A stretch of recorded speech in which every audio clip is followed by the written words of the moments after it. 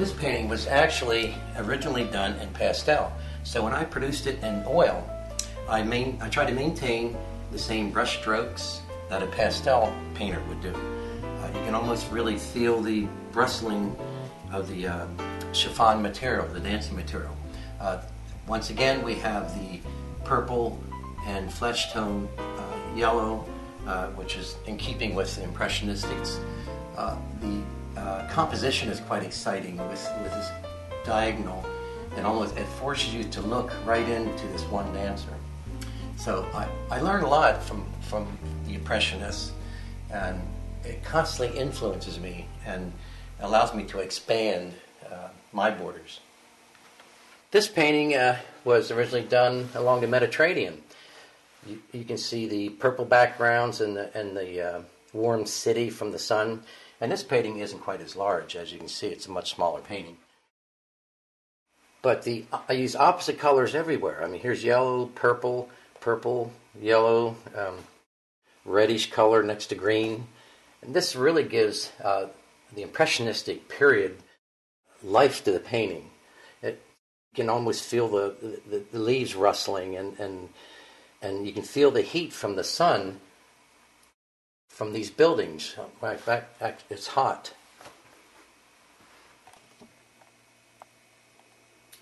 This is another example of Impressionistic work. A dancer stretching. Again, the dynamics of the composition, the simplicity, the free brushstroke really makes these paintings come alive. Now, this was a challenging painting to reproduce. This is Renoir. He's very difficult to do. He has a way of smoothing things out, creating a feeling of a summertime, the dreamy look on the faces. And I really struggled with this, and I sort of put my own self into it, so it's not an exact reproduction. But I did learn from his composition, his colors. I just took it one step further, as if I was living that time period. A night scene at the Parliament. Rather foggy, sunset, lacking of detail, but yet it creates a nice feeling. And this is Sicily, snow scene. Again, some of the Impressionist colors and the composition that forces you right into the center of this person walking. This is Claude Monet. This painting I repainted about 4 times. I just could not get the walk through the irises correctly. He has a way of painting flowers that are rather flamboyant. They're just sort of brush strokes. But when you move away from the painting sort of takes on a detail.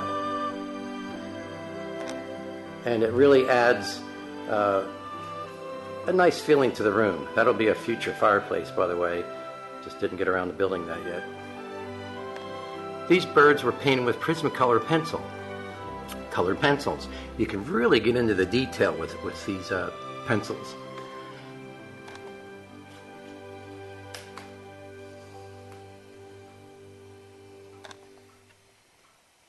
I call this painting George.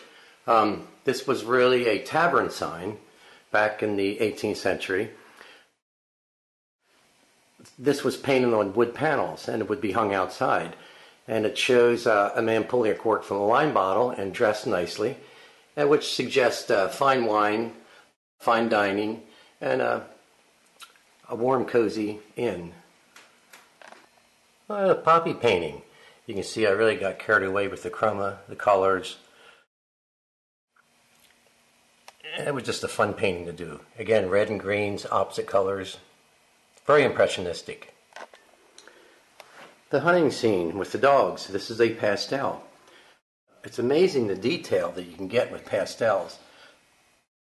The chroma, intensity of the fall, the dogs. I got a lot of detail with them.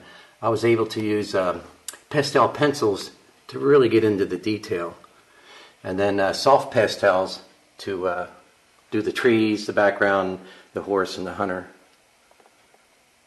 Now talk about detail. This rug was probably the hardest thing to paint. This is called a primitive,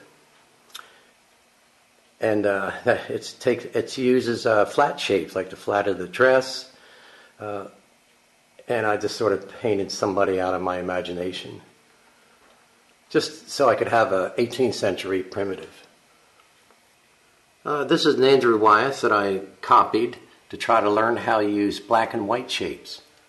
This is charcoal. You can see it's not that big. Use the white of the paper, the white creating the roof and the snow, and then you have to paint the positive of the shadow areas in black. It's a nice medium to work in. This painting was interesting, not only composition-wise, but the use of warm blues and cool blues. This is cerulean blue, this is ultramarine. This is an example of Ed Manet, not to be confused with Claude Monet. Ed wasn't quite as popular as Claude, but he had the same feeling. This was a painting done along the river Seine.